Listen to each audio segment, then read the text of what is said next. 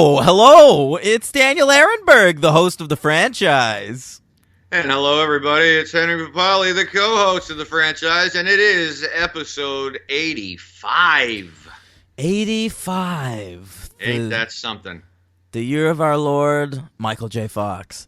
And today, we're taking a little trip to Los Angeles for a couple of white privilege films by the great Judd Apatow. Yes, sir. Yes, sir. Now, I poke fun, but I have been a Judd Apatow fan for a very, very long time. You may hear some fawning out of me this week. I'm going to be even-handed. We're going to discuss some things that are wrong with these movies, Knocked Up, and This Is 40. But remember that Scream episode we did right near the beginning of the podcast? I do. That's a template for this episode. And also, I can quote the fuck out of both of these movies, which is, as you know, something I am normally unable to do. Yes, right. And I'm usually very able to do, but I have not seen these movies that much. So, yeah. Well, let's start with Knocked Up there. Okay. Now, I'll tell you right now, I saw this in theaters. So did I. Okay, I saw it opening night at the, I believe it was that theater over there at 32nd and 1st Avenue. 32nd. Oh, wow. Okay. You know that one? I think so, yeah. Oh, yeah. I know the theater, yep. It was one of the best theater-going experiences I've ever had. Mm-hmm. It was just... it was a full house, sold-out crowd. Wow. And we managed to get there early enough to get good seats. I was with my college girlfriend, Liz. And we and it was just everyone there was excited to see it. And they laughed in all the right spots, and everyone was just loving it. And I've rarely been in a theater where I was enjoying a movie and I could feel everyone around me also having a nice night. That's a nice thing, isn't it? Yeah. It is. Yeah. The theater-going experience can surprise you sometimes. Sometimes. Not all the time, sometimes. Yeah, for sure. I saw it at the AMC in Chelsea. Remember that one? It's still there, like on 23rd and 8th Avenue. 20. Yes, yeah. You and Casey and I saw that shitty Steve Carell movie. Oh yeah, we saw the incredible Burt Wonderstone, where my cousin Joshua. No, we didn't. What? We did not. We saw. We saw the interchangeable Dinner for Schmucks. Yes. Yeah. Yes. Burt Wonderstone would have been a vast improvement. Yeah, I got my. No, it wouldn't. My cousin Joshua Ehrenberg is in that movie. In Burt Wonderstone, yeah. I think I remember you telling me this at the time. Yeah, I've got this cousin. I'm gonna be careful here. He's a fairly well-known actor, Joshua Ehrenberg. You could IMDb him, and he was a child actor, and he's one of these child actors you would see and stuff for a while, who's like the cute fat kid. And he had like a Jufro.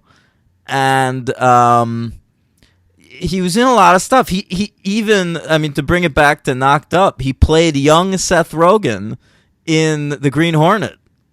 Really? Yeah, we could do. He's part of our superhero account for my family, and but I kept up with his career for a while. He was on Suburgatory, and then he was on this show called Crisis on NBC with Gillian Anderson. Yeah. And that was in 2012. And I watched every episode of that show to support my cousin. Sure. And then that show got canceled. And I haven't been in touch with my cousin much since 2012. But I noticed nothing on his IMDb page since.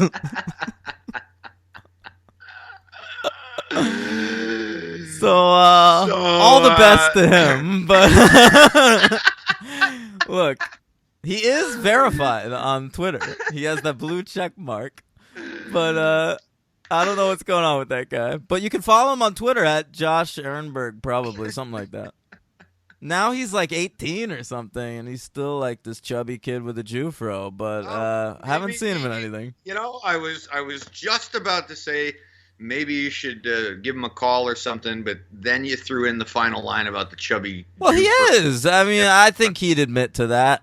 Look, maybe we will have him on the podcast. We can talk about the Burt Wonderstone and Green Hornet art franchises, huh? Right, yeah. Bummer. They might be. I don't know. Yeah. Well, I mean, Green Hornet, if we really wanted to go back and cover like radio serials or something. Sure, when we get that fucking desperate. Yeah. Yeah.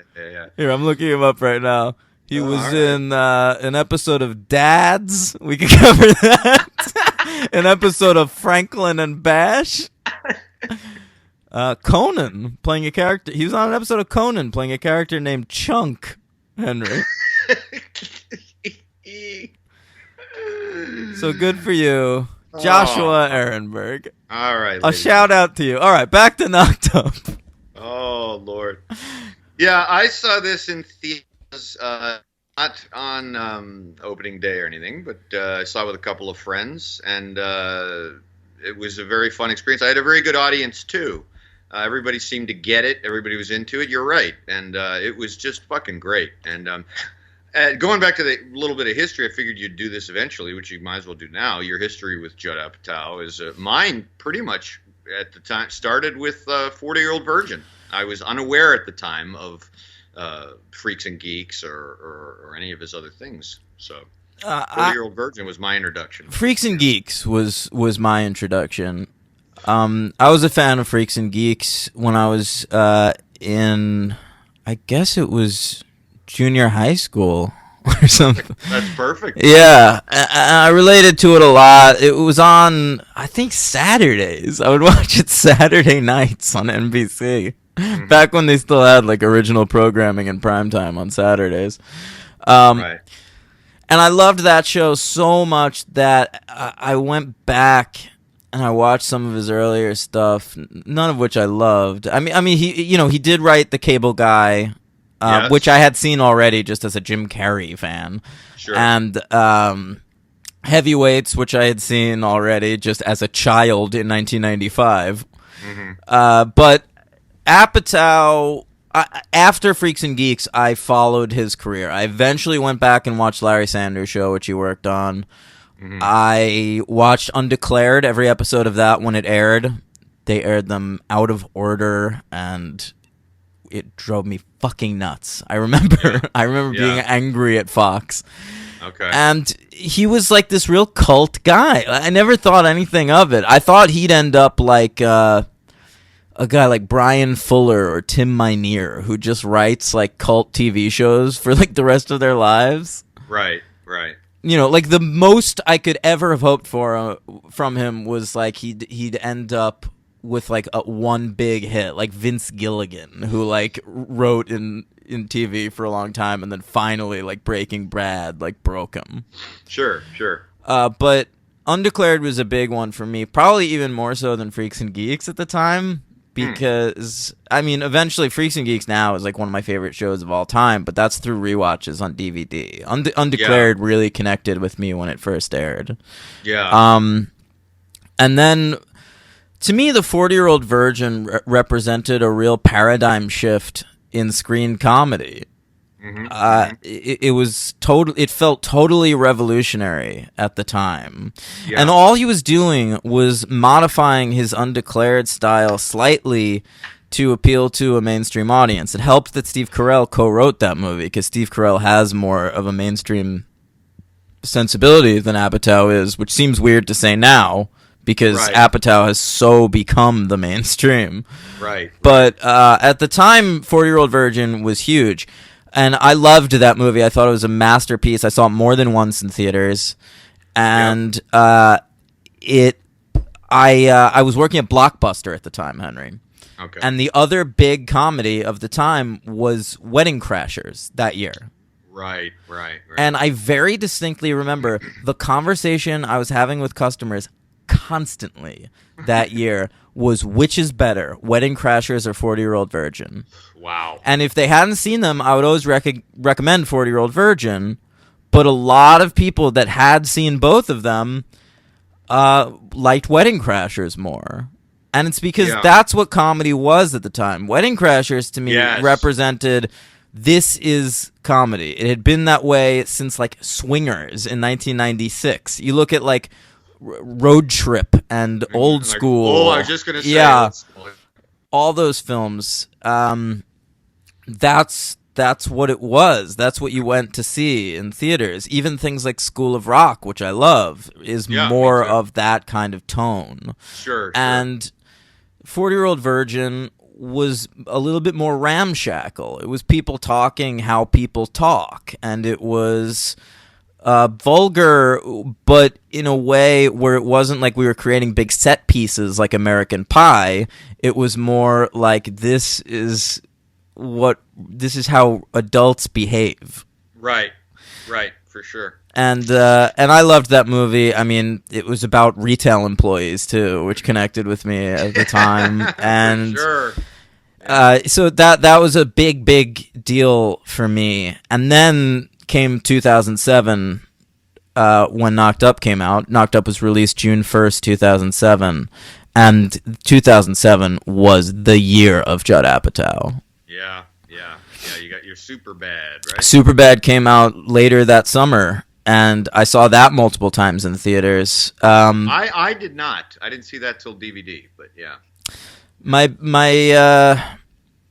friend Nathaniel and I Nathaniel had written a script that I worked on with him called Chocolate Milk. And we made that movie. We like spent a lot of money and time making a movie, and it was about friends the summer before their first year of college, trying to figure out how they were gonna be friends and going forward. Yeah. And I saw Superbad, and I thought it was such a better version of what we were trying to do that I like less than a week later I took Nathaniel to the theaters to see that, and like literally 5 minutes into the movie when they're having that argument about porn, and one of them says, "What, do you need the fucking Coen brothers to direct your pornos?" Nathaniel turned to me and he said, "Fuck this movie." Because, I mean, it was something in the air that was coming in comedy, and Apatow got to it first, and I give him all the credit in the world. And I'm a fan of the guy. He's made 5 films now. I think 4 of them are pretty great. Yeah, I agree with that statement. Mm-hmm. I'm interested to which one you don't think is great. Trainwreck.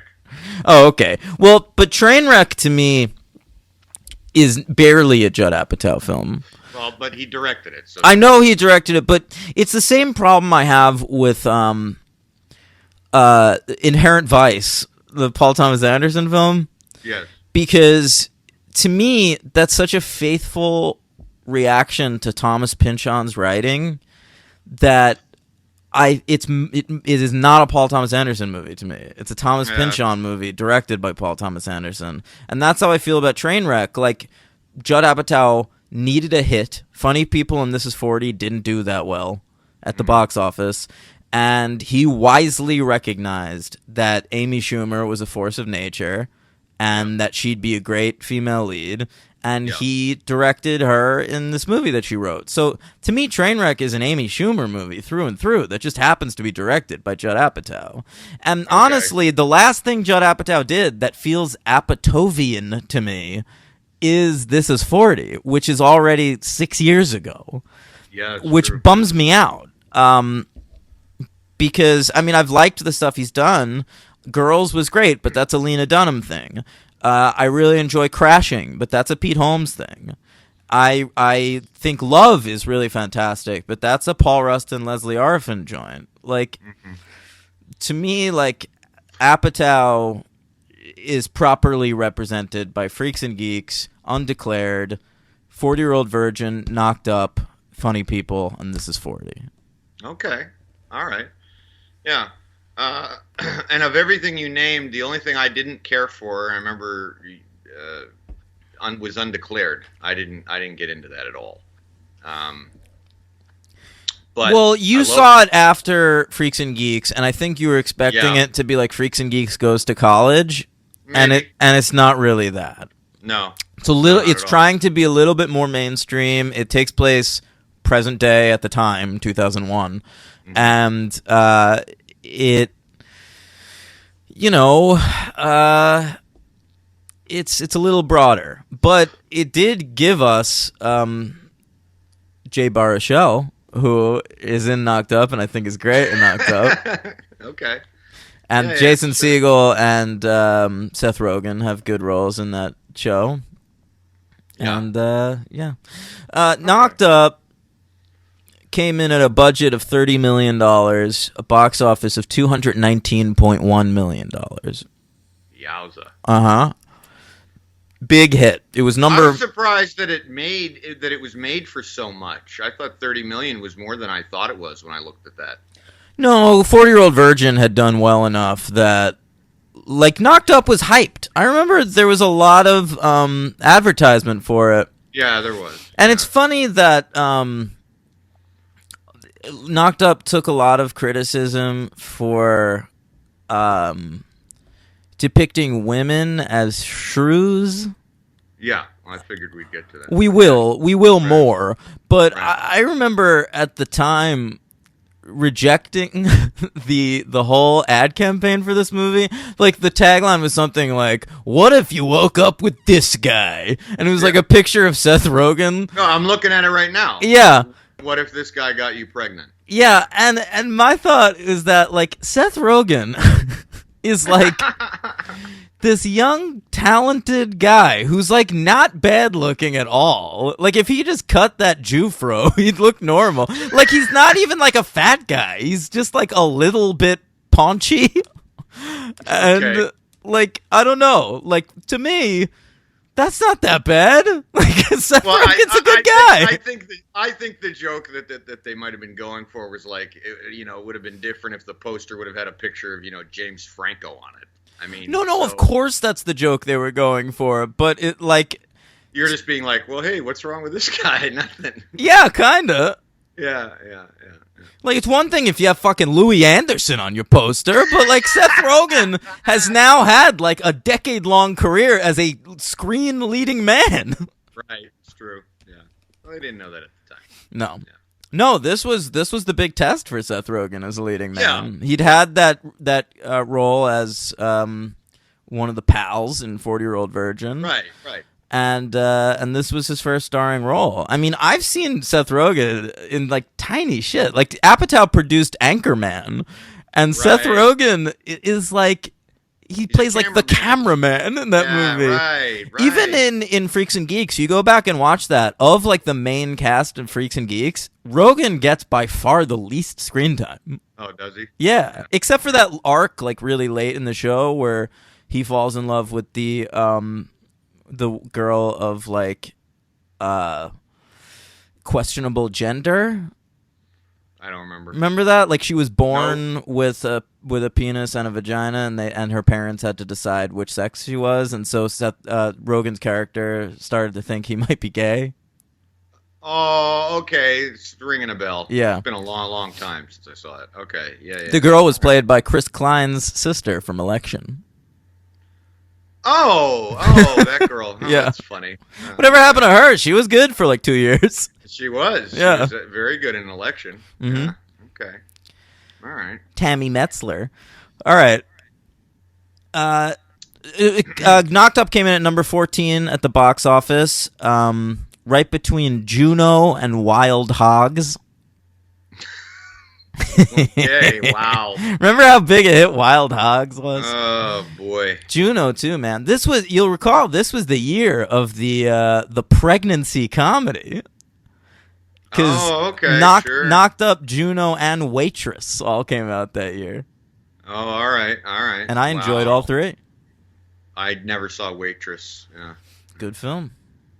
The late Adrian Shelley. Oh, right. That's right. Okay. Do you want to do our 2007 lists? Sure. Let's do those lists. Might as well. We've done it a few times, but I figured Knocked Up is actually on my list. So Me too. Me too. Yeah. Right. All right. Number 10, Into the Wild.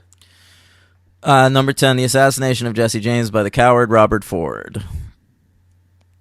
Yes. Okay. Number 9, Knocked Up. Number 9, The King of Kong, A Fistful of Quarters. Number 8, Michael Clayton. Number 8, Once. Number 7, The Assassination of Jesse James by the coward Robert Ford. Number 7, Gone Baby Gone. That's my number 6. Number 6, The Mist. Honorable mention. Number 5, Rescue Dawn. Number 5, Little Dieter Needs to Fly. Yes. Number 5, No Country for Old Men. Okay. Number 4, Before the Devil Knows You're Dead. Number 4, Knocked Up. Number 3, No Country for Old Men. Number 3, Zodiac. That's my number 2. Number 2, I'm Not There. And the number 1 movie of 2007 is... There Will Be There Blood. Will Be Blood. Yep. Might both of the years we're covering today have a Paul Thomas Anderson film at number 1? You'll find out soon. They might. Yeah.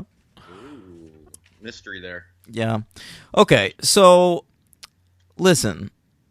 Knocked Up is... I mean, these movies at the time felt like they were made directly for me. And honestly, this is 40 even more than Knocked Up.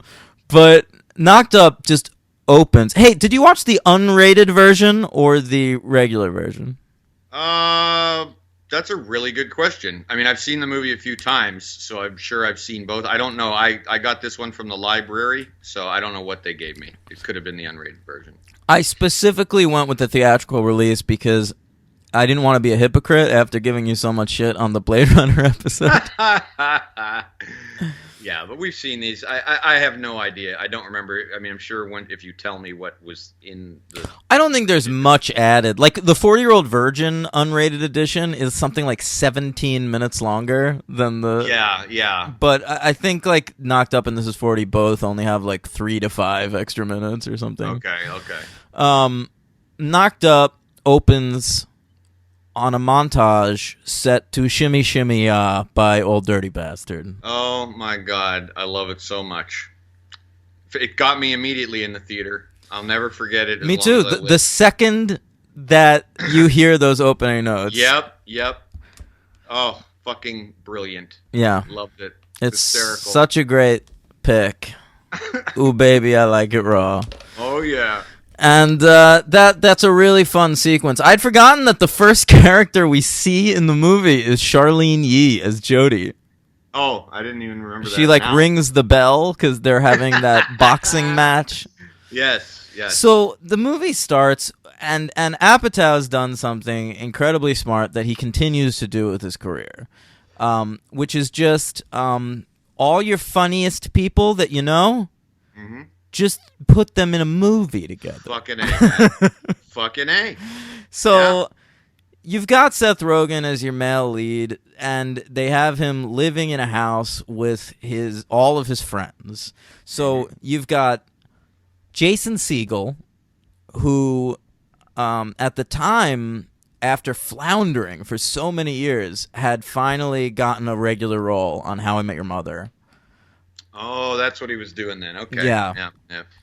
He would... You know, he's gone on to have a great career. Oh, yeah. He brings a very weird energy to a lot of his roles, which I love. Yeah. He is one of the friends. He's straight from Freaks and Geeks, where he played Nick Andopoulos, and Undeclared, where he played Eric. And I'm such a fucking nerd this episode. I'm hearing myself.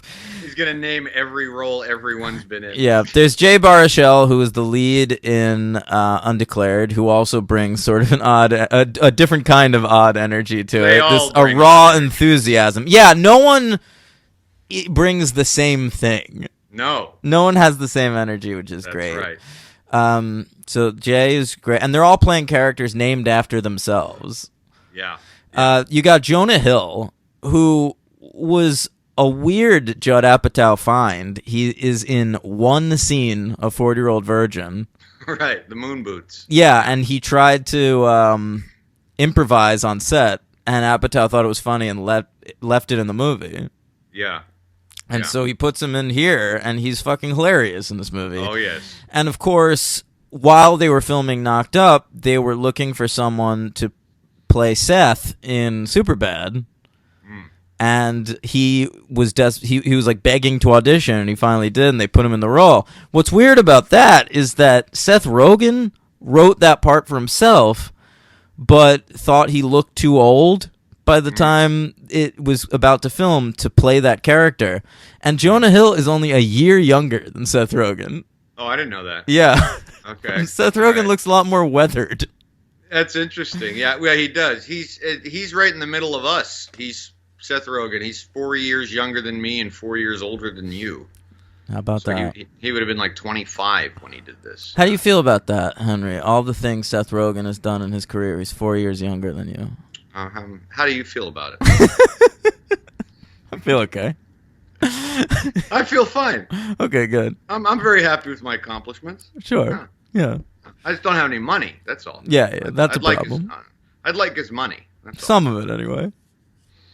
Why some of it? Yeah, just some of it. I'll just take his sausage party earnings. Right. Yeah. I'm with you there. We can split it. Sure. Yeah. Who else you got there? I said Jay Martin Starr from Freaks and Geeks. Who I remember, it was like odd for me to see him hanging out with Jason Segel and Seth Rogen in this movie because he was one of the geeks and they were freaks in that show. Okay. But yeah, he's great. I always love Martin Starr. Yep. Adventureland being a particular favorite. Okay. And Silicon Valley. Okay. So, whatever. Leave me alone. Is that everybody? That's his gang. That's his gang. There was also supposed to be David Krumholtz. David fucking Krumholtz. Do you know about that? No. David Krumholtz was going to be another friend in this movie, and he got the opportunity to be in a Woody Allen film. Uh-oh. And he left to go do it. And then it folded. It's like it has the distinction of being like the only Woody Allen film in history that didn't get made. Wow. And then he finally got the opportunity to be in a Woody Allen movie again, like his next film or something, or maybe Wonder Wheel, I don't remember. But he then like got shit for it on the internet because of like the Me Too movement, and he donated all of his salary from that movie to charity and said he regrets working with Woody Allen. Woody Allen has fucked up that guy's career worse than anybody. Oh man, what a shame. Yeah, it's a problem. Oh boy. Anyway, okay. So these guys are working on a website in a subplot that would never fly today. Good point. Fleshofthestars.com, which is basically Mr. Skin. They watch films and write down when people are nude. Right. So you get a lot of fun esoteric references to movies. Yeah, in the cut. In the cut reference, yeah. And which I've seen. I have too. It's horrible, but she is naked a lot in that movie. Yeah. I will show you Meg Ryan's bush.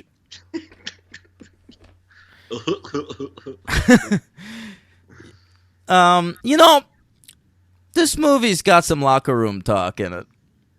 No, really? You think? Yeah, but I just want to stress that, like what locker room talk actually is. Okay. Not the Trump version. Not grab them by the pussy. No, not assault. No. That's different. Yeah, that's a little different. Yeah. There's a distinction. There is. Yeah, but I still don't think they could do this storyline today. No, you don't think they probably wouldn't. I don't know if they couldn't, but I think if know. they did, they'd get a lot of fight from Twitter and stuff. Probably right. It's because it's objectifying movies. It's objectifying actresses. I think for the same reason, like anytime Seth MacFarlane tries to be like liberal on the internet. He gets people saying like, "Hey, what about that you showed us your boobs song from like the opening monologue of the Oscars when he hosted it?" Oh, sure. Yeah. Yeah. All right. You can't do it. You can't talk about that. Now, nudity in films is an artistic choice, Henry. I see. Yeah. All right. Okay. In the Cut is a very artistic film. It is. It's got the Hulk in it, so that's all you need. Eric Bana? That's what I meant. That's right. Yeah. That's the one I meant. That's the Hulk I meant. Yeah. He gets a name check in this movie. He sure does. The great run about how fucking badass Jewish people are in Munich. I remember loving that in the theater because at the time I was such a big fan. I still am. But Munich was only 2 years old, or like a year and a half old when this came out. Yeah. Right. And I remember being such a fan. And not having too many people agree with me. Same. So I think in some ways, in our group of friends, Knocked Up legitimized Munich. You think so? Yes. That's very interesting. Mm-hmm. Okay. If we get laid tonight, it's because of Munich. It's because of Eric Bana in Munich. Yeah. The other great thing about the Flesh of the Stars subplot is, because I remember seeing this the first time and thinking like, oh, it's a takeoff on Mr. Skin. Mm-hmm. And then later in the movie when Paul Rudd tells them about Mr. Skin and none of them had ever heard of it, that is such a fucking funny moment. It is a funny moment. It's such a weird meta thing because like everyone in the audience is thinking like, yeah, it's Mr. Skin. Yeah. Very funny. Very funny. I thought we were just going to ignore that. Knocked Up is 2 hours and 9 minutes long. Is that right? Yes. That's too long, but I do appreciate that it gets moving. It's fast at first. He and Heigl are boning 16 minutes in. I have to say that I went into it having not seen it for quite a few years, and thinking that the length of it would be an issue for me, but it is not. I really thought it flowed way better than I remember it flowing, and it didn't. I did not feel the length. I think the part, I was happy. The part where they're apart, where Ben and Allison, Katherine Heigl, aren't talking, because it's basically the structure of every rom-com, like meet weird, get together, break up, get back together. During the part where they break up, I do think that drags a little bit. I think you could cut like 10 to 12 minutes out of this movie and be fine. Mm-hmm. That being said, like I've watched this movie a lot in my life. Right. And I like so many of the individual lines and moments that it's hard for me to think of what I would cut. But at the time, like in 2007, if I was an editor and I was being objective, I think I could cut 10 or 12 minutes out of this. Yeah, that's interesting. Yeah, I wouldn't cut anything. I think that was something that sort of kind of unconsciously went into my head after I saw it, and then after seeing like Funny People and This Is 40, and then people making jokes about Apatow's films being too long, and kind of got embedded in my right. I never felt that way until Funny People. Yeah, and so when I was thinking about this going into it, I was like, oh man, it's going to be a little bit too long. But I did not feel that way. I did feel that with This Is 40, but we're not there. We'll get there.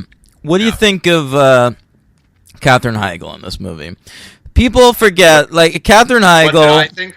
Katherine Heigl is your female lead here, and she later came out and criticized the movie for treating the women as shrewish and the men as just fun-loving goofsters, which is true to some extent, but... I think also at times the men are treated as being kind of prickly assholes with bad tempers. Right, Like to me, I don't find Katherine Heigl shrewish in this movie. I find her pretty fucking likable, actually. Yes. I think the most mean-spirited moments in the movie all come from Ben, weirdly. The moment where he says, like, I'm not talking to Allison, I'm talking to her hormones, and I have to say, fuck you, hormones, you're acting like a crazy bitch, and she doesn't want to know the sex of the girl, and he says, the sex of the baby, and he says, it's a girl, buy some pink shit. That is, like, really rough. I agree.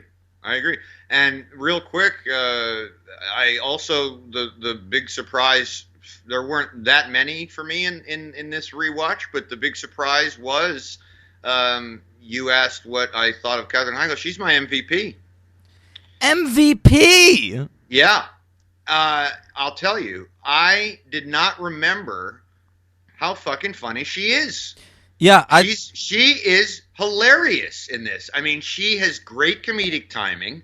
I mean, she is really funny, and I remember it really just being kind of like the Gang of Guys movie, and they're all the funny ones with the funny lines. But you think about it, and she's like surrounded by all this, testosterone, and she is completely up to the challenge. And I thought she was fantastic. I think she's really good. She's really good with Rogen. She has chemistry with Rogen. She has really good chemistry with Leslie Mann. Yes, she does. I think she's really fantastic in this movie, and I thought that at the time, Henry. I mean, yeah, I did too, but I didn't remember thinking that she was that funny. I did. People don't remember. Like I loved Katherine Heigl in Knocked Up so much that I saw 27 Dresses in theaters. Wow. Yeah. Wow. I was a fan. Yeah. Okay. And I still am. I wish she would do something good. Her career, she has been sort of warranted. I mean, sort of branded difficult to work with. I really think, though, I was reading a lot about that, what you were addressing earlier, and some of it really seems to be like, let's get over this by now. Sure. 10 fucking years. I mean, so somebody's not allowed to make a comment about a movie they were in. I mean, people do it all the time. No, I have no problem with their outspokenness, Henry. Yeah. No, I know. But here's something. I think people looked at it as like a betrayal. Henry, she was on a TV show called State of Affairs, which I watched the first episode of because she was in it. Mm-hmm. And then she was on another show called Doubt. And I didn't bother with that one. And the thing that those two shows have in mind, Henry, there's an executive producer. And that person is Katherine Heigl's mom. Okay. Now, Katherine Heigl's mom is not a producer. All right. It's like this weird thing where, like, Katherine Heigl has in her contract that her mom has to have a producer credit on all her shit. So it's like a nepotism. No, but it's fucking weird. It's like something a child star would do, but she's like 40. But I mean, okay, but. And I have some ill will towards her because I became a fan of Grey's Anatomy after Knocked Up. Ugh. And she played Izzy Stevens. She's great on that show. Nothing against Katherine Heigl on that show. She's fucking fantastic. But she, like, leaves the show midway through season 6 apropos of nothing. Like, they didn't even write her character out. And one year on that show, she won the Emmy for Best Supporting Actress in a Drama. Mm-hmm. And then next year didn't submit herself to the Emmys. And when people asked her why, she said, I don't think the writing I was given this past year warrants me winning an Emmy. She, like, does things sometimes. Like, she's, like, weirdly, they sound, like, young and immature, but she's a fucking adult. Yeah. I don't know. Okay. But, well, I mean, that's the reputation she has. But that being said, every time I see her in something, I think she's great. Yeah. I mean, she's just so effervescent, and she has great facial expressions, and she's in almost every scene of the movie. Well, the scenes that Rogen is, I mean, not really. I feel like the screen time is equal between she and Rogen. Well, she's in a great deal of the movie, dude. I mean, whatever. I know. Okay, yeah, I mean, but my point is that the point of the whole thing is that was the kind of nice appreciation I had was more. I appreciated her more. Like nothing else, nothing else really surprised me. Like I kind of went in going, "Oh, my MVP is going to be very hard because." Every fucking person in it is so good, and they're all hilarious. I could go with almost anyone. And then it kind of just hit me like halfway through the movie. I'm just like, fucking Katherine Heigl, man. She's really fucking funny. Yeah. And that's not easy to do. It's not, it's a lot. Always, as they always, say, it's harder to be in a fucking it's harder to write comedy, harder to be in a comedy, especially when you're surrounded by all these really talented ringers. People. Yeah, all these talented people, and so I applaud her for that, and I think it's a great performance. So all right, so she takes Rogen home from a club, and they have sex, and he can't get the condom open, so they have unprotected sex. I have a real problem with that always in movies and TV shows. Condoms are really easy to put on. I mean, 40-Year-Old Virgin has a scene. 40-Year-Old Virgin has that scene too, where he like tries 1,000 condoms. Right. Like, I've been like blackout drunk. You could get a condom on.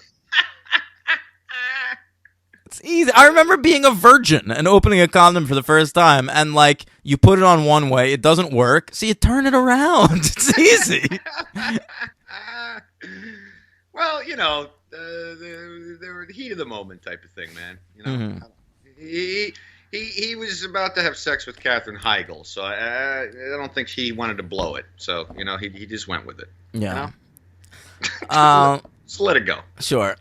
Then you have no movie. So no, of course. I mean, it's fine for the purposes of this movie, but I just wanted to point out a pet peeve of mine. Okay. This is fair. It's fair enough. So they go out to breakfast the next morning, and like. The thing about Rogen, a lot of people have talked about this character like he's like immature and unself-aware and stuff. But I like little moments like when she leaves after eating and he just murmurs to himself, "That was fucking brutal." And I'm glad that happened. I forgot he says that because I had the same thought this time when I was watching it. I was just like, I mean, we've all acted like idiots in front of women, but I was watching this one and I was just like, Jesus Christ. I mean, how the fuck does he act like such an obnoxious idiot, But the whole point is that he just can't help himself. It's who he is, and he knows right after she leaves, like what went wrong. And I like even in Rogen's performance, you can kind of read him during him just thinking like, what the fuck am I talking about? Abort. Speaking of aborting, what'd you think of the abortion discussion? Which one? The one between the mother and her, or the one between the friends and him? Either one. I just that was another criticism of the movie at the time. I remember that. Where like abortion should have been more of an option. Like people accuse this of being like a right-wing movie or something. It's not. Which is funny because Judd Apatow is an occasionally obnoxious liberal. I watched his stand-up recently. I didn't watch the stand-up. It's okay. Yeah, that's what I figured. Yeah, they definitely could have talked about it more, I think. I thought the scene with the mother was a little more believable than and well written, better written than the scene with the friends, because it just kind of seemed like they had to throw in like one friend. I think it's Jay Baruchel, who is the defender of having the kid. Yeah, and it's done a little bit hard to believe. I think Jonah Hill is great in that scene, though. The Schmishmortion. When my sister got pregnant, I remember asking her if she was gonna get a Schmishmorshman at the Schmishmorshman clinic. I'm glad she didn't. My nieces turned 1 today, and I love them very much. Happy birthday. Yeah, but I love that. Like, he says, Right. I think you should get an A word. Oh, the scene is very funny. But Yeah. I mean, in terms of asking me my opinion on the depth of the conversation. Right. But I'm glad it's there. Like, Yeah, I am too. If it wasn't there, it would be that would be a extremely- problem. It would be weird and unnatural. Yeah. Yeah. Yeah. Sorry I can't say it for baby years over there. I will not be quoting the movie that much because I can't, but I'm going to throw. Is that the scene where Jay Baruchel is shirtless for no reason? Yes, I think so. Yeah. I love it. Yeah, but we have to. Our listeners won't mind. We're going to have to quote them. I want to because there's just. You can say a couple lines. Yeah, I mean, there are too many. I mean, it's just rapid fucking fire for a lot of it. But one of the probably what would you say the best running joke in the movie is got to be Martin Starr and his beard. I don't know if I agree with that, but it's a good one. Well, you'll remind me of something. Probably Your face better, looks like Robin Williams' knuckles. See you later, Martin Scorsese on coke. Yeah. I like the moment where Jay Baruchel comes into the scene and just growls, and Martin Starr looks at him confused, and he just goes, Chewbacca? Oh, God. Yeah, the shoe bomber Richard Reed over here. Oh, yeah, there's a lot of good ones. Yeah. I love, we haven't talked about Paul Rudd yet, who is the character that continues into the next movie. But No, I was waiting for you to mention his name because there's going to be a need for the slip in the bias. Oh, all right. But yeah, when towards the end of the movie in the hospital, when he just goes, "Is that Matisyahu?" In his hilariously perfect Paul Rudd dialect. Paul, I think Knocked Up Paul Rudd might be my favorite Paul Rudd, and it's hard to say because I also love Wet Hot American Summer Paul Rudd and Clueless Paul Rudd. Well, the scene between him and Seth Rogen at the dinner table when they're out to dinner. Anything. Fucking Seth brilliant. Rogen and Paul Rudd's relationship in this movie, Oh, Ben and Pete's friendship, is one of my favorite character dynamics in any movie ever. I agree. And I love the it is a perceptive movie about men and women, and I think I always thought it was funny. I remember thinking it was funny the first time, and I always remember the line when Rogen is on the phone with Heigl, and she says something like, "What do you think he could really be having an affair?" And Rogen says something like, he goes, "Yes, because Debbie's a pain in the ass and Pete's awesome." I also, maybe my favorite line in the entire movie, Henry, like my number one favorite line, is right after that when they're gonna like follow Pete. Yeah.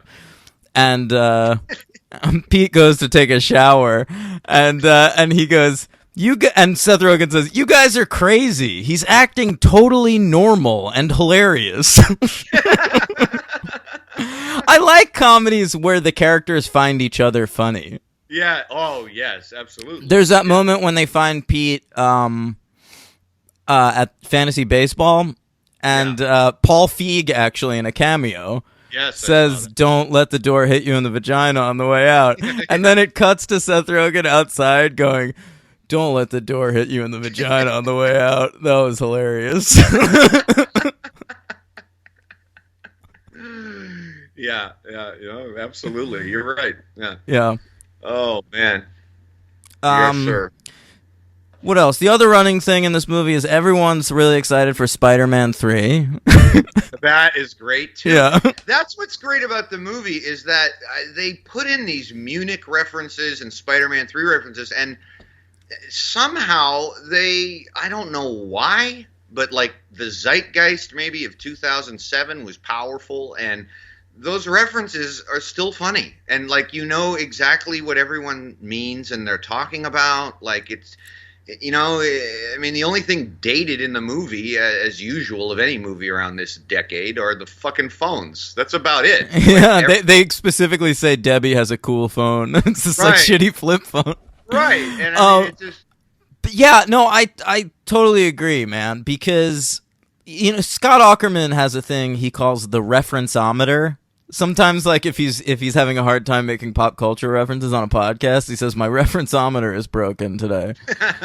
But Yeah. like the pop culture references in this movie like couldn't be more perfect. Like just little throwaway lines, like I'm breathing like James Gandolfini over here. Like it all just works. where we're going, we don't need roads. That whole runner about Back to the Future Oh my is God. so great. Yeah, yeah, yeah. Mhm. And and I think I like it too because, and I know I like that you like it, but for someone when you would have seen this, you'd have been pretty young, but you're in it. No flattery intended, but you're an unusually schooled in pop culture and all this stuff, and the fact that Rogan and Rudd are closer to my age, I'm thinking like, well, not everybody that young are going to get all these references. Rogan's but- not. When they say Ben is 23 years old in this movie, Well, right, but I'm saying in real life he's not. So but he was 25 when they made the movie. right, I was right. so blown away by that. That he's playing a 23-year-old in this movie, which accounts for a lot of his fucking immaturity. Of course it does. Yeah. Yeah, absolutely. My God. Yeah, of course. Yeah. Yeah, I also see this movie really differently as an adult, though. Uh-huh. Sure. When I was younger and I saw this movie, how old was I when this came out? Well, I was 28. I was hadn't 21. yeah. When I saw this, or I was about to turn 21, I was 20. One thing that annoyed me about the movie was that at the end of it, the last thing we see, except for the closing credits shit, is Seth Rogen and Katherine Heigl leaving the hospital with the baby, and they drive off into the sunset. Like, literally. Uh-huh. And that always bothered me because I didn't see this movie as being like a rom-com where it was like this love story between Ben and Allison. And so I never particularly loved that ending because I thought there should be more ambiguity about whether or not they're going to stay together after this. That's interesting. I didn't think that at all at the time, nor do I now. Yeah, I don't. But now I see the movie slightly differently. I don't see it as a love story really at all. I see it as a film about these two strangers getting to know each other and learning how to be a family That's out of right. necessity. That's exactly how I see it, and actually did see it at the time too. Okay. Yeah. Well, you were a little older. Right. You know? Yeah. Maybe. I mean, maybe that's why. I don't know. I didn't Yeah. get that at the time. I think I do. Or I don't know if that was the intention, but that's how I feel about it now. And I think I understand the position that Ben and Allison are in a little more. It doesn't matter whether they end up together or not. They're a family and they're going to be parents to this kid. And by the end of this Right. movie, they feel confident that that's something they can do together. Yeah. Sure. Absolutely. Yeah. Yeah. Hey, it's great stuff. Yeah, we love this movie. Can we talk a second about just a couple of scenes? Let's do some rapid fire notes. What do you got? These are out of my head. Oh, but, yeah, that's fine. The Vegas sequence. The Vegas sequence, yeah. So Rudd and Rogan Lord. go to Vegas. They make a great swingers reference on the way in. Yeah, really half-assed. Which is, yeah, it's like it's incorrect too, which is why I love it. Yeah. It's like, what does he say? Like, you're so money, baby. You don't even know how much money you have. Yeah, yeah. It's like misquoting swingers. And Yeah. then they get to and they take the mushrooms and Yeah. go see Cirque du Soleil. I will say very important cameo in Vegas, Henry. Oh wait, nope. I jumped ahead of the next movie. Who? Do you know whose butthole Paul Rudd is getting his face rubbed into? So, That's right. It's a man who had sex with our president recently. it's Stormy Daniels, the porn star Stormy Daniels, who fucked Donald Trump. Interesting. Yeah, there she is. Wow. Wow. Okay. She's also in a deleted scene of 40-Year-Old Virgin, if you watch the unrated version. Oh, I own the unrated version. There you go. I've probably seen it. Yeah, I'm sure I've seen it. Yeah. Okay. So there you have it, Stormy Daniels. I don't know who the other one is, but the one that's on Rogan. One of the ones fucking him now. Yeah.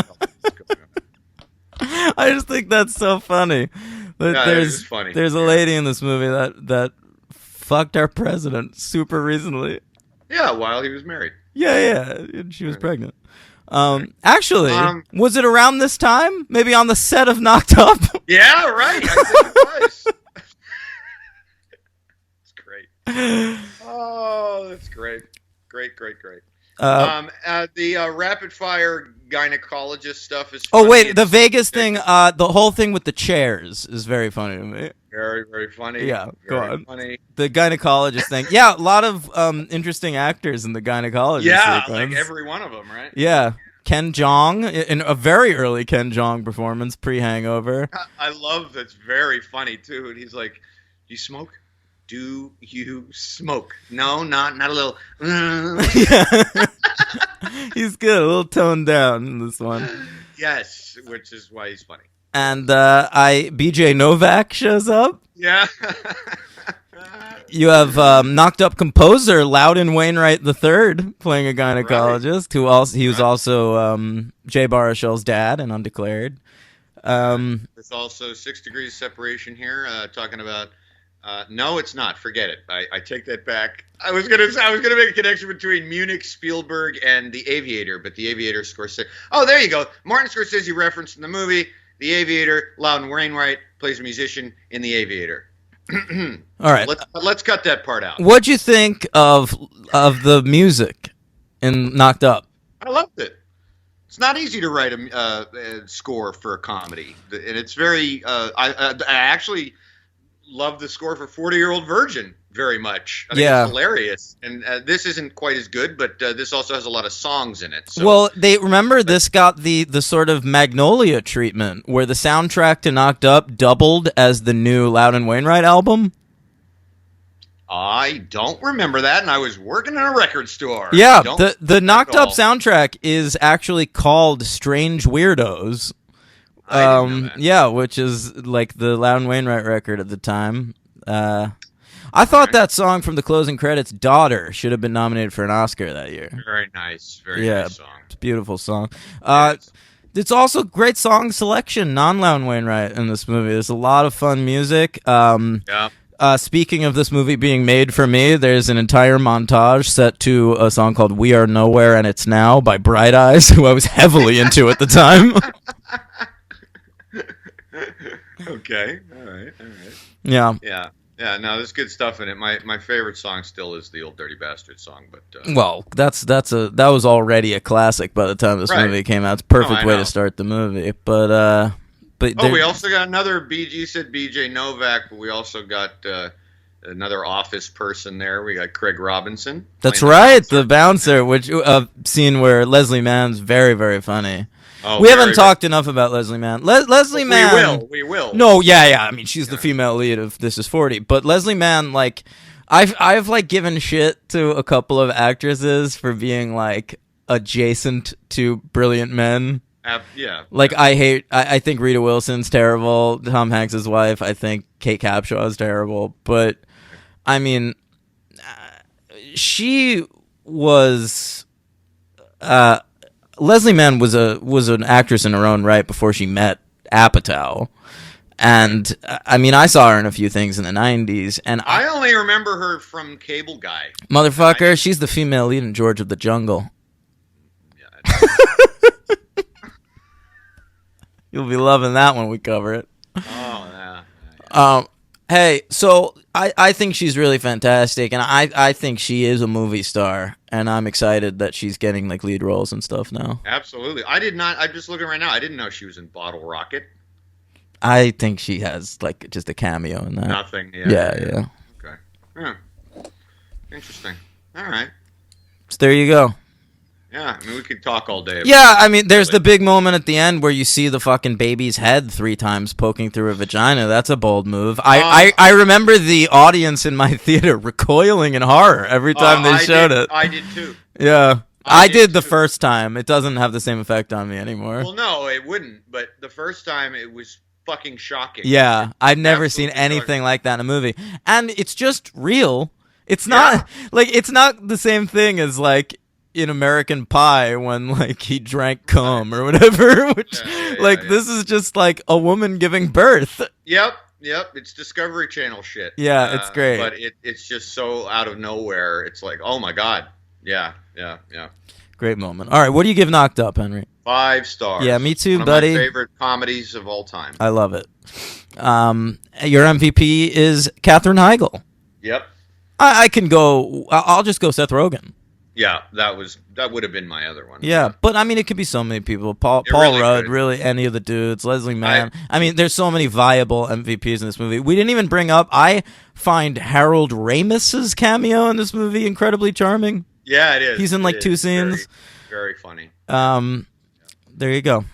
I absolutely 100%. I'm sorry, I don't have an LVP. I don't. I was trying to pick like who's even for a second a weak link, and I didn't have one. You know who else shows up in this movie? Adam Scott, by the way. Oh, fucking great. Yeah. Fucking great. Love him. LVP.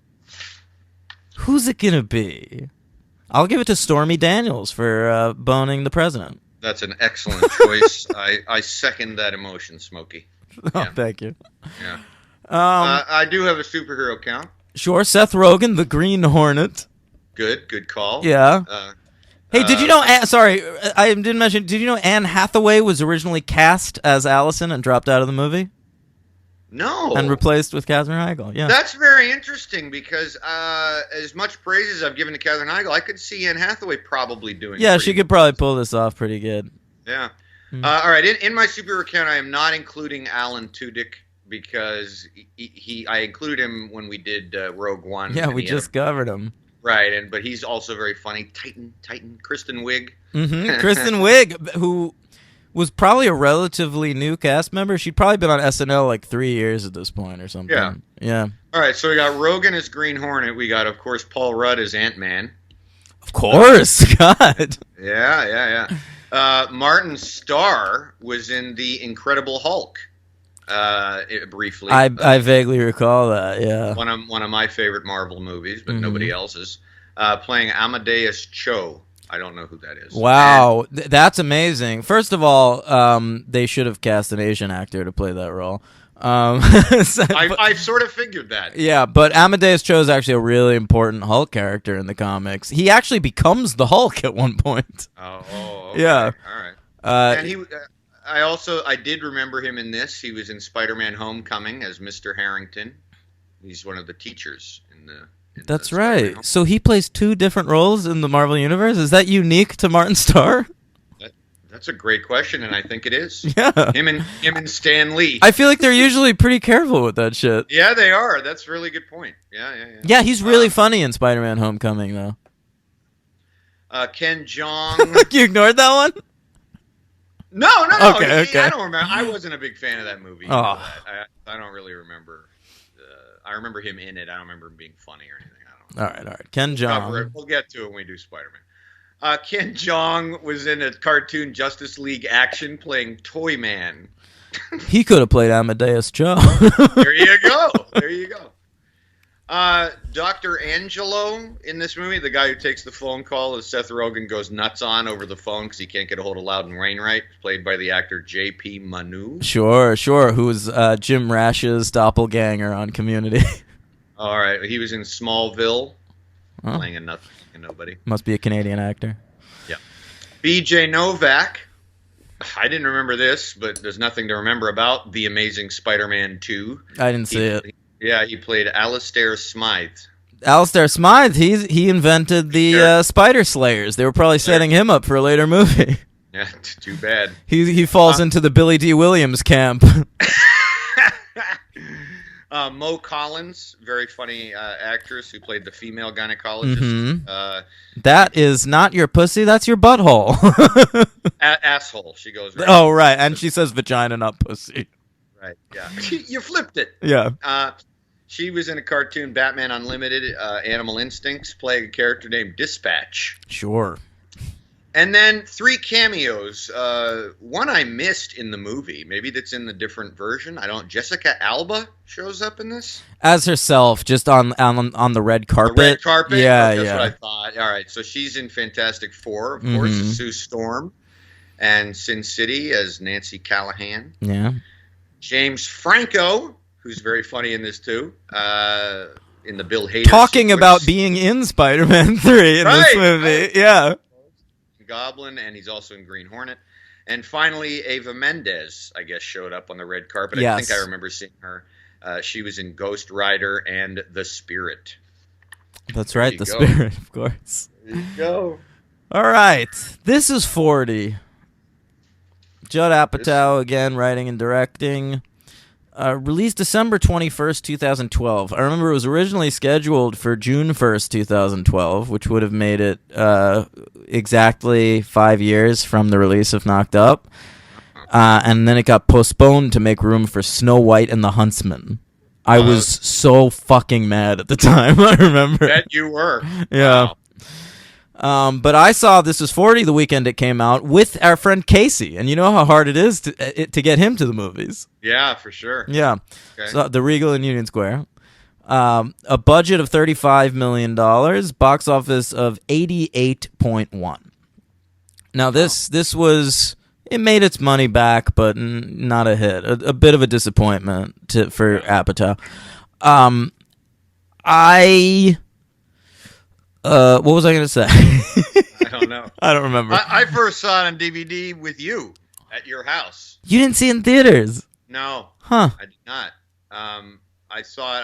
I was visiting you like 6 months after I moved, and you said, "Well, let's watch a movie." And I was like, "All right, what do you want to watch?" And I was looking at your things and your DVDs, and I said, "Well, I haven't seen This Is 40." And you were like, "Well, that's it." Yeah, I was a big fan of this movie when it came out, man. I love it. I still do. So do I. A little less enthusiastic. Well, no. Well, I love it very much. I actually went into this podcast, the viewings rather, went into the viewings thinking I was a bigger fan of This Is 40. I actually had the same reaction, and I do think Knocked Up is a better movie, but This is 40 is a vastly more underrated. I never hear people talk about This Is 40. I totally agree. Yeah. It's not fair. It came in at number 43 for the year between Mark Wahlberg's Contraband, a January release if I ever saw one, and Act of Valor, which was that fucking flag-waving military movie where they had like actual military guys acting in it. Fucking bomb. Much like Clint Eastwood is doing with his new movie. Yeah. Do you have your top 10 for 2012? I want to give a disclaimer about mine. I had to redo it because I couldn't find my list. I think there might be a couple of wrong years here, but I have 3 honorable mentions. I can replace a movie at a moment's notice. That's fine. Then if you say that, then I'm going to make my disclaimer, which is I've done this before. I have honorable mentions, which I am not hesitating now to read, and I made a switch. I probably wouldn't have made it, but you redid your list. Yeah, so fuck it. That's fine. I made a major switch, and this was not precipitated by anything except me looking at it about a week ago, and I decided to make a switch. So, all right, 2012. I'm going to run through my HMs real quick. This Is 40, End of Watch, Rampart, Amour, Cabin in the Woods, and Your Sister's Sister. Ooh, good ones. Thank you. Number 10, 2012, Django Unchained. I have number 10 here, The Hunt. All right. I think that's 2013. But It's okay. That's okay. Because I think that's where I went wrong on this list. I was looking at a list, and it might have had like film festival shit on it. That's okay. Whatever. Yeah. All right. Yeah, that doesn't sound familiar. I've heard your list before, and that was not. No, that was definitely not on it. That was an addition, but I don't know what year it was. I don't know what year. What's number 9? Number 9 is Flight. Denzel. My number 9 is The Place Beyond the Pines. Is that 2013? Yeah, man.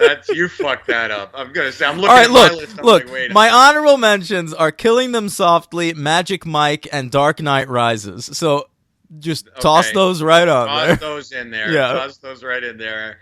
Number 8, Silver Linings Playbook. My number 8 is This Is 40. Okay. My number 7 is Smashed. Right. I remember this list now. My number 7 is Django Unchained. All right. My number 6 is The Dark Knight Rises. My number 6 is Mud. That's definitely 2013. Film festivals, they fucked me. Yeah, because I saw that here in 2013 in the theater. All right, yeah. Fuck. All right. Number 5 is Killing Them Softly. My number 5 is The Cabin in the Woods. Okay. My number 4 is Prometheus.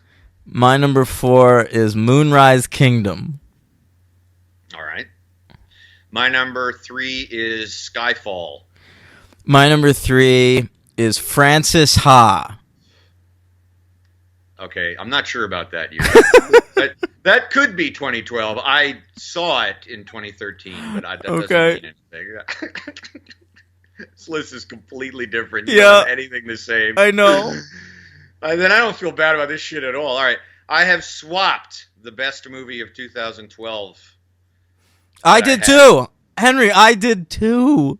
Really? Yeah, because I know what was 1 and 2 on my list, and I swapped them. Oh, well, after much contemplation and deciding there were about 4 or 5 things that were too wrong with the movie on a rewatch recently, Lincoln is no longer my number 1 movie. You fucking idiot.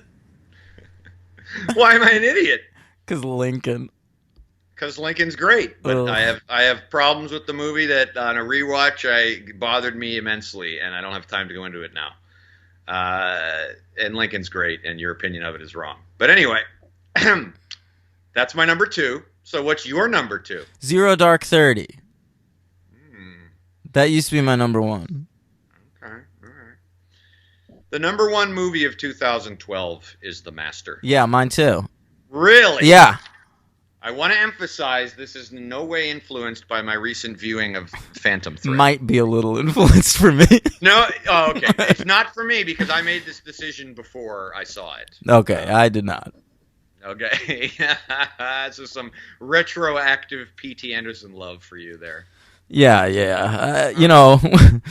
You put it at number 2 when the most recent Paul Thomas Anderson movie is Inherent Vice. When the most recent Paul Thomas Anderson movie is Phantom Thread, it's number 1. Uh-oh. Yeah. Okay. I thought you'd be pretty surprised at my Lincoln switch. I am, but it's so correct. I mean, it shouldn't even be on the top 10, so... Took a lot of... It was very brave of me to do that. It was not easy. Well done. Thank you. All right. Okay, so this film was marketed as the sort of sequel to Knocked Up. But it is a sequel to Knocked Up, as far as I'm concerned. Absolutely. Now, I assume they had to do that because they were worried audiences would see it's a sequel to Knocked Up and then say, where the fuck is Seth Rogen and Katherine Heigl? I'm sure. Yeah, but we're microizing. We're looking in on Pete and Deb, which are the Paul Rudd and Leslie Mann characters, and their daughters, Sadie and Charlotte, played by Judd Apatow's daughters, Maud Apatow and Iris Apatow. Yes.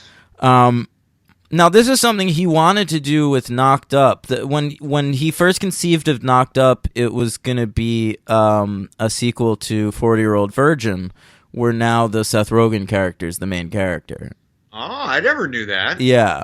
Okay. So This Is 40 sort of doing that. And since This Is 40, Apatow has made a little bit of noise about maybe at some point wanting to do another one of these where now Maud Apatow is the main character.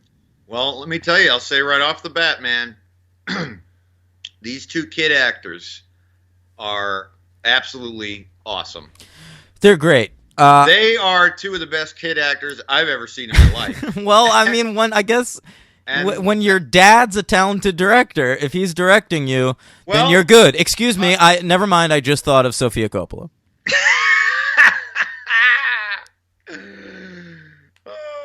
I just saw her latest movie, and I liked it very much. I'm done. Yeah, are you? I'm done. I get it. Yeah. She's batting like. She's made one good movie. Oh, that's not fair. Yeah. I liked Somewhere and The Virgin Suicides and The Beguiled, and that's it. So that's 3. You know what? You know what Scarlett Johansson whispered in Bill Murray's ear at the end of Lost in Translation? It's overrated. That's the exact joke I was gonna make. Oh, okay. I didn't remember you felt that way about. Yeah, I'm not into that movie, man. Neither am I. I only like The Virgin Suicides. I think Lost in Translation is only okay. I think Marie Antoinette's actively bad. I agree. It's fucking unwatchable. Yeah. So The Bling Ring. Mm. Terrible. Somewhere is very good. You didn't see that, right? I think I did, and I just didn't care. It's Stephen Dorff, yeah. And right, Dakota Fanning? I can't remember the daughter. I don't know. Yeah. Probably. Elle Fanning, maybe? One of the Fannings. One of the Fannings. I liked it, but I liked The Beguiled very much. But I totally I liked it too in the fucking 70s. Anyway, these kids are great. They're fucking hilarious. And yeah, frankly, I want Maud Apatow to be in more stuff. I hope that he does what he says he's going to do, and besides that, she can easily be in something else. Yeah, she did a couple episodes of Girls. Oh, did she? Yeah, and she was really good. I think she's a super likable, natural actor, and funny. And funny. I mean, her dad is a great, hilarious comedy writer, and her mom is a hilarious comedy actress. So, like. Yep. I mean, she's got the genes for it, and the little kid's funny too. The little kid's funny too, but the little kid's more of like a cute little kid. I think like. Yeah, but she's funny. She's very funny. Cute little kid only goes. It doesn't go anywhere. No, you're right. The scene where she's like fucking around in front of Sadie's bedroom door. Oh my god, is so good. Oh my lord, yes. But I think Maud Apatow is like a genuinely good actor, and I hope she is in more stuff. The scene, one of my favorite scenes in the movie is right at the beginning where they're setting it up just like what this household is like. Right. And, Maud, or the character Maud plays in this movie, Sadie, is like at like an awkward stage right now. She's like going through puberty. Right. And when she's in her bedroom, like flipping out about her clothes, like nothing fits anymore. and we cut to Iris as Charlotte sitting at this little like electric piano playing the theme song from The Office. I love that. It's such a great moment. Oh my god, that's hilarious. Yeah. Mm-hmm. And a great little tiny little reference too. I love that. The Office theme song. It's great. Yeah. It's another movie that was entirely made for me too, because the other TV show that's referenced a lot in this movie is Lost. That is correct. I figured you'd love that. We didn't mention one of my favorite jokes from Knocked Up. What? Also a Lost reference. Oh, can you tell Matthew Fox he's a fucking asshole? Yeah. Well, that part is great, but the line before it when she goes, I'm going to be interviewing Matthew Fox. And he goes, oh, really? You know what's interesting about him? She goes, what? Nothing. Matthew Fox took that joke well in the press, unlike in This Is 40 when Paul Rudd says, like, now Prince, that guy seems like he fucks. I don't fuck like that. I have sex like David Schwimmer. I fuck like Ross from Friends. Well, that's a great line. Yeah, Schwimmer apparently didn't care for that. Is that right? Mm-hmm. Aww. Which is extra weird to me because Paul Rudd was on Friends. And Schwimmer is, I mean, in Curb Your Enthusiasm, he's very funny and pokes fun at himself. I think he can poke fun at himself. I think he like, doesn't like want others do. poking fun at him. Aha, okay. Yeah. Especially when it's slipping the bias. Yeah. I'm amazed that's only the second one of those. Don't you want worry. me? You want me? How about the scene in Knocked Up where they're trying out the pregnancy tests and Paul Rudd walks in on them in the bedroom and he's miming slipping the bass. He's slipping the bias right there, man. Just a little bit. Yeah. Yeah. So there's plenty more of that to come, so don't worry. Oh, great! I can't wait. Yeah, I know. The movie starts with Rudd and Leslie Mann having sex, and there's Rudd has taken a Viagra, and Leslie Mann doesn't like that. I'm not a big fan of that scene, and I just think it's like after Funny People, Apatow trying to be a little broader, like let's bring people in with like a wacky sex joke in the first couple minutes of the movie. And I think Rudd and Mann are both good in that scene, but it seems a little bit like it's trying too hard. Okay, I can see that. I don't mind the scene, but now that you say that, I get that. Sure.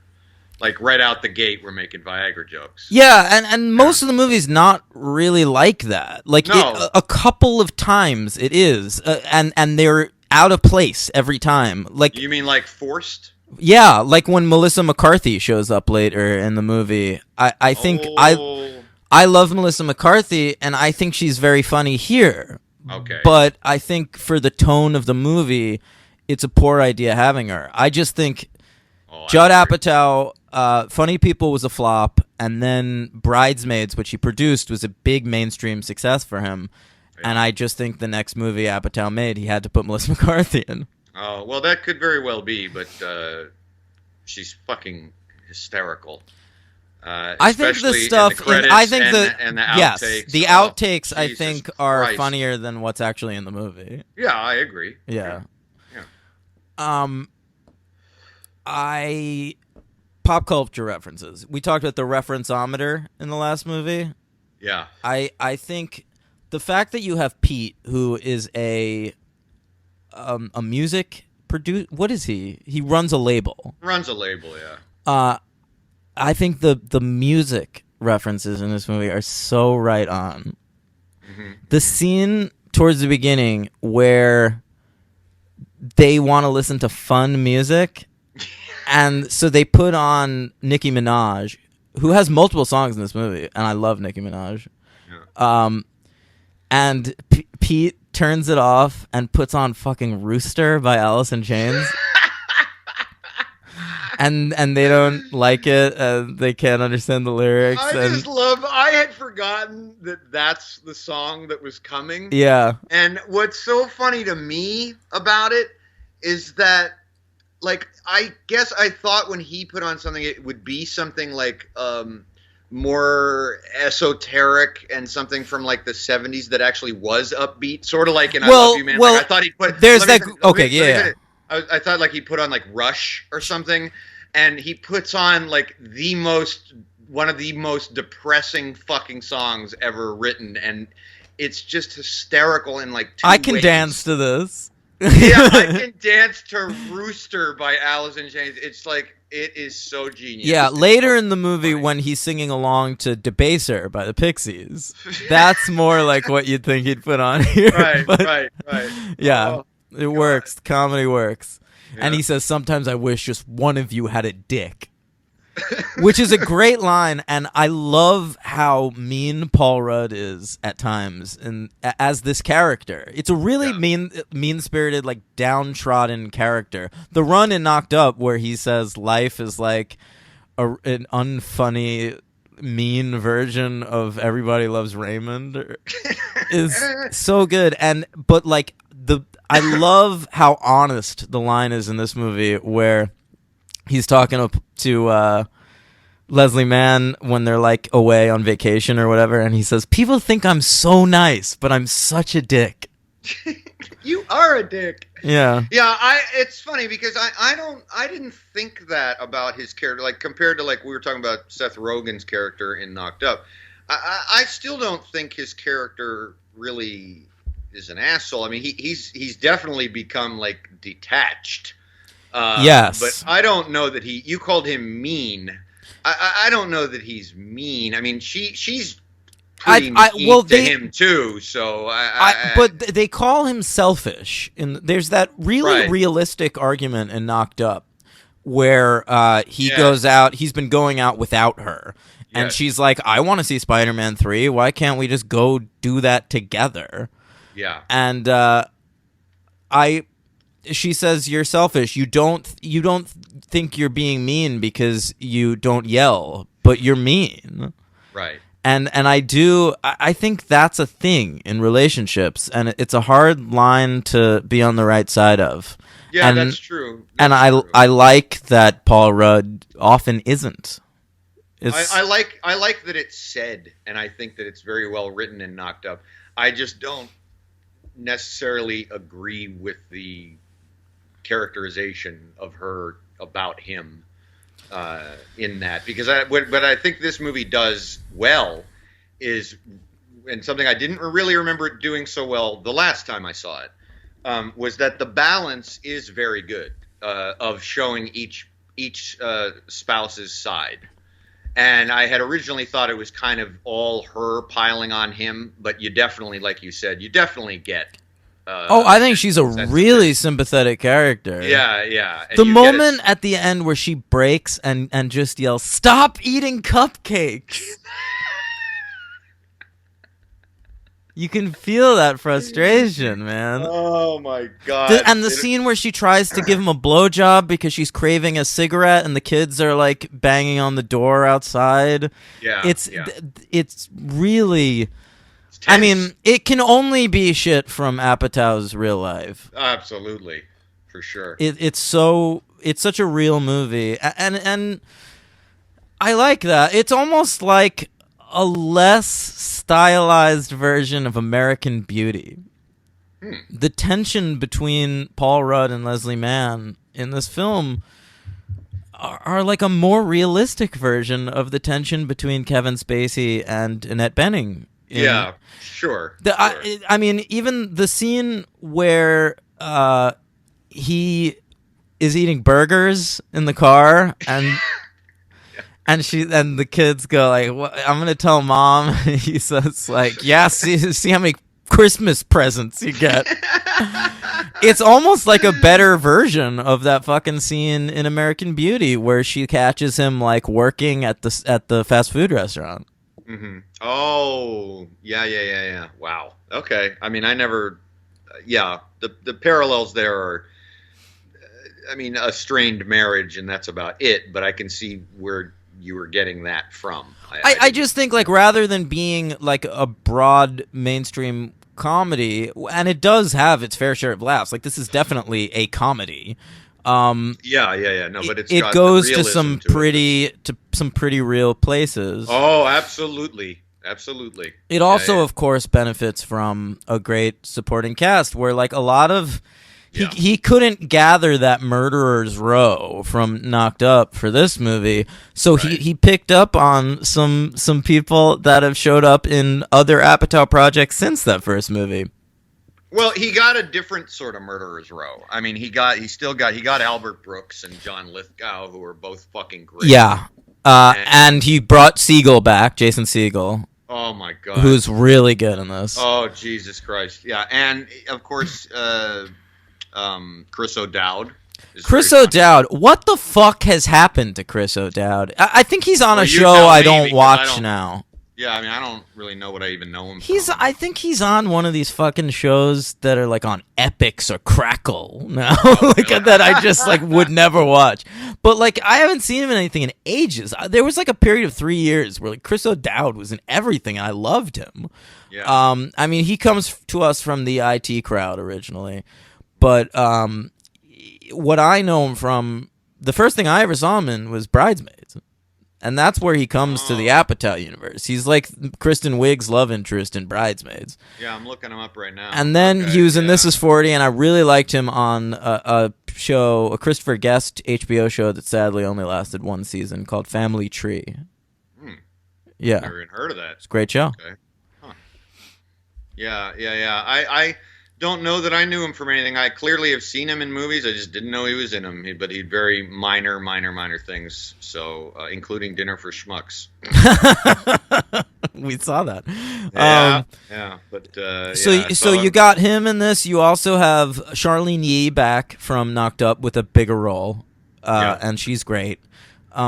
You've got Lena Dunham from Girls has a role in this, and I think she's very funny. She is very funny. It's funny. I remembered her being in it more, and this time when I saw it, I didn't remember. She's really not in it very much. I wish she was in the birthday party at the end of the movie. I agree. That would have been cool. I don't know why she isn't. I don't either. Maybe they were filming Girls at the same time. Yeah. And who else do you have in this? I feel like there's actors I'm leaving out that are like major. I don't know. I thought, Rob Smigel. That's true. Rob's fucking Smigel's in this, and Annie Mumolo, who I don't know who that is. She co-wrote Bridesmaids with Kristen Wiig. Oh, and she's the principal. No, she is the person who. Oh, yeah. They're like working out with. Yes. She talks about her numb vagina. yeah. And there's. Yeah, I mean it's a different kind of Murderers Row. You're right. It's really good cast. Megan Fox. Megan Fox, by the way. I mean, I remember when this movie came out, people were like surprised that Megan Fox was really good in it. Mm-hmm. And I'm here. I'm queer. Get used to it. That's right. I'm coming out of the closet. No, I'm just joking. No, Megan Fox is really good. I've always liked her. Hilarious. Look, a lot of people know her from Transformers first and foremost, and no one's good in those movies. That's right. Like, it's Transformers, but everything I've seen non-Transformers, she's really good. I think she's gonna deliver a performance in something someday, Henry. That's going to be like a huge revelation. People are going to like lose it. But I'm going to predict it right here. It's going to be like fucking Charlize Theron in Monster. Oh my God. I was just going to say that. You mean like a monster thing? I do think so. I think she's a pretty deep actress and she can do comedy. I like her a lot on New Girl, where she has a recurring role.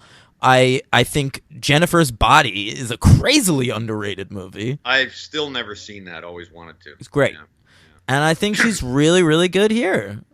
Yeah, she's very funny. Yeah. I mean, that sequence between her, Jason Segel, and O'Dowd is just fucking genius. Oh, my God. I love that sequence. Zodiac signs and all that shit. Oh, yeah. My God. Oh, and Chris, like the haplessness of Chris O'Dowd in that sequence, and the confidence of Jason Segel when she says like his astrological sign means he's well endowed, and he responds like, oh well, you know, I don't like to talk about it. And that scene where they're all underwater in the pool set to Vaseline. By the way, so many people referenced in this movie are dead now. Did you happen to notice that? No, I didn't. There's that. The Stone Temple Pilots song plays. Alice in Chains. I think Lane Staley was already dead by this point. But that's what I thought you meant. They say like negative shit about. I already said there's a Prince reference. Like you mean people who have died since the movie? No one fucks like Prince, and Prince is dead now. There's the scene where they talk about how all older musicians turn into women. Like, they all look like elderly women now. And they say David Bowie is one of those. Right. And they make fun of that kid. They say he looks like Tom Petty. Oh, my God. Wow. Yeah. Never occurred to me. Yeah. Yeah. Also, why is Santeria by Sublime in both of these movies? Oh, is it? It doesn't have prominent placement. It's just weirdly in the background of a random scene in both of these movies. Yuck.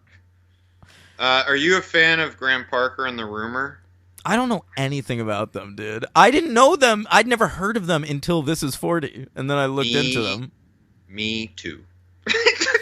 So they're kind of a perfect choice for... Never heard of them in my life. Yeah, they are, because Yeah. I agreed with everything everyone was saying about them except for Paul Rudd. When Yeah. his record sells like 612 copies, and Chris O'Dowd says, you can personally call everyone that bought this record. And I love the scene where the fire trucks and ambulances go by them, and Leslie Mann says, there go the last of Graham Parker's fans. That's so funny. Yeah. Oh my god. And Graham Parker's pretty funny in this movie, Yeah, he's in a pretty couple funny. cameos. I love him wearing that hat that Oreo says hat. Oreo on it, and Chris O'Dowd's runner on like, yeah, cookies are great. Like, aren't they the best?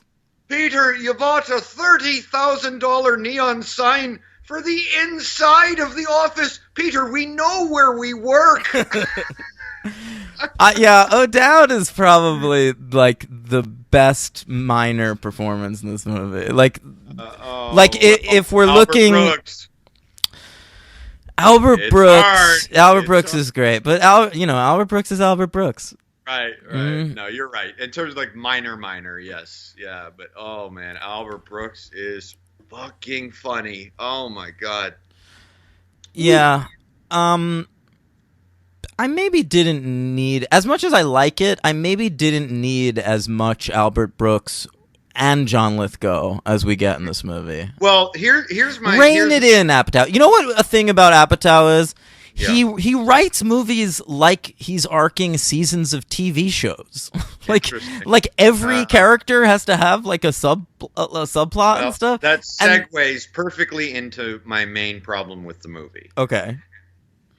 In that it's too long, and the reason that it's too long is that there are just too many characters, and on top of that there are too many topics, more Yes. importantly, that they are trying to cover that they don't need to.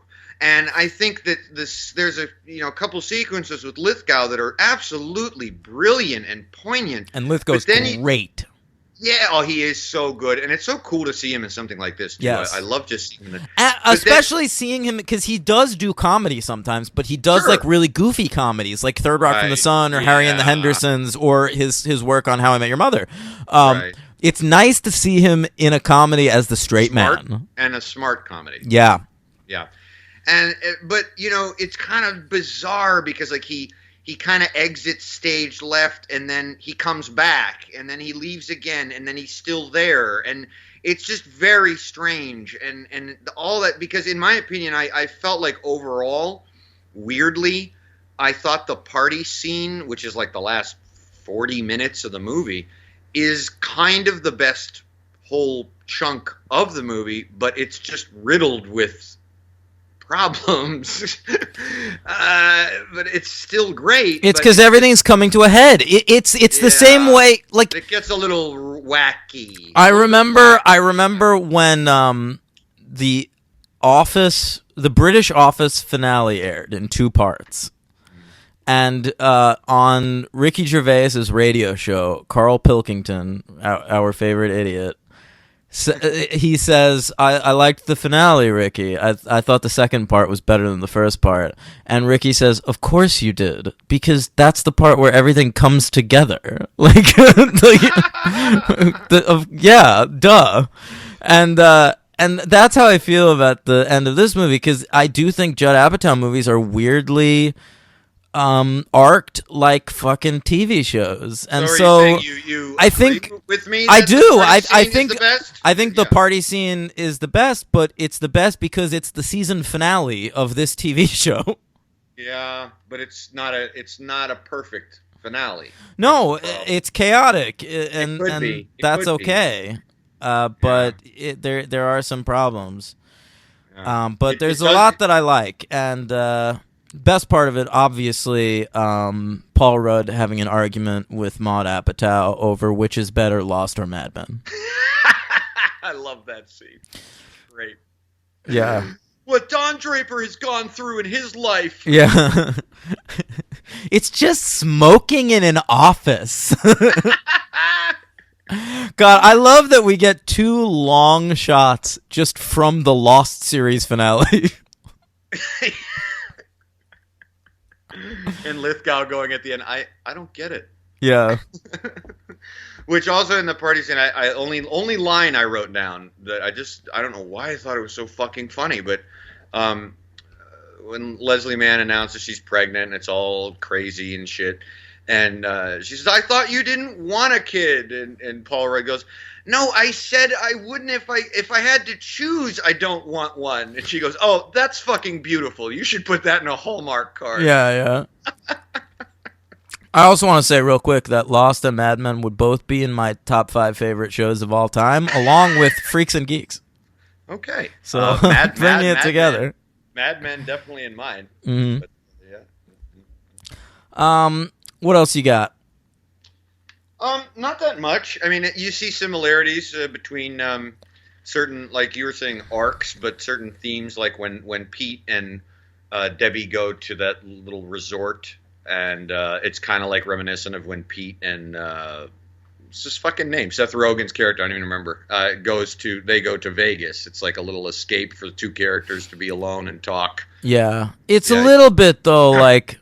I made a white people problems joke at the beginning of this podcast, and it is like there's a huge subplot in This Is 40 about them having money problems. I know. And it's like, maybe don't go to a resort, and maybe don't live in a fucking gigantic palace. I actually thought about that almost the whole movie. Yeah.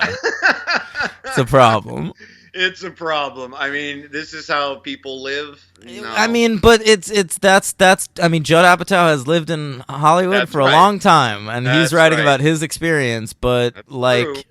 You know, when Pete and Debbie decide at the end of the movie to move into a smaller house, like this huge sacrifice, I'm like, I know. Yeah, okay, move into a smaller house. You'll still live everyone will have their own rooms. It's all right. I know. And then Pete's pulling up to the driveway, and what I never noticed is a BMW.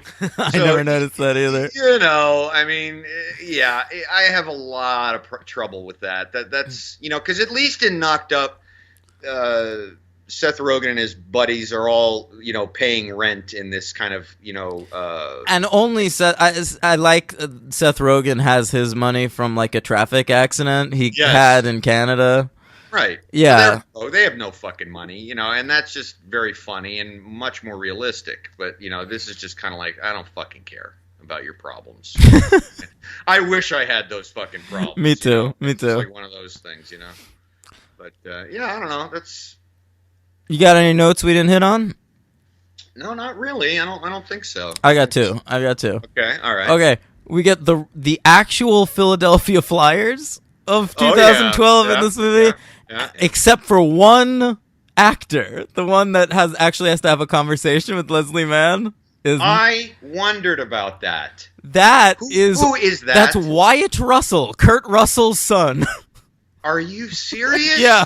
Oh my God, I didn't know that. I just feel like I've seen him before, but maybe I haven't. I don't know. He's very good, and everybody wants him.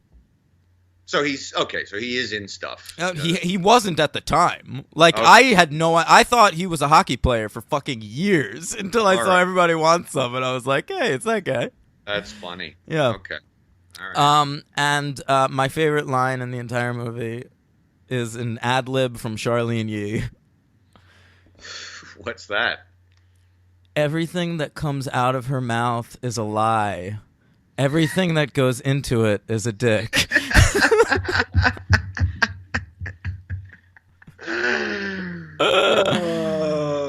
That makes me laugh very hard. Good stuff. Yeah.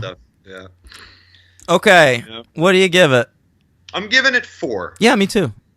Oh, okay. Mm-hmm. Yeah. Can't quite go 5. But close. Yeah, close for sure. MVP, I'm going Leslie Mann. You know what? That's the perfect choice. I was gonna go Chris O'Dowd, but she kind of carries the movie. I mean, she does. And look, neither of us gave Paul Rudd MVP for either of these movies, but he's great in both of them. Yeah, and I didn't mean to slip the bass in there. Yeah. But Leslie Mann is fantastic. She has to hit every kind of note imaginable, and she does it. She's so good, I might see that movie Cock Blockers that's coming out soon. Oh, I don't know about that. It's a terrible looking trailer. Right. Well, that's what I mean. I don't know. I won't be seeing it, I'm sure. But LVP, it's weird. I have written down. I'll be candid.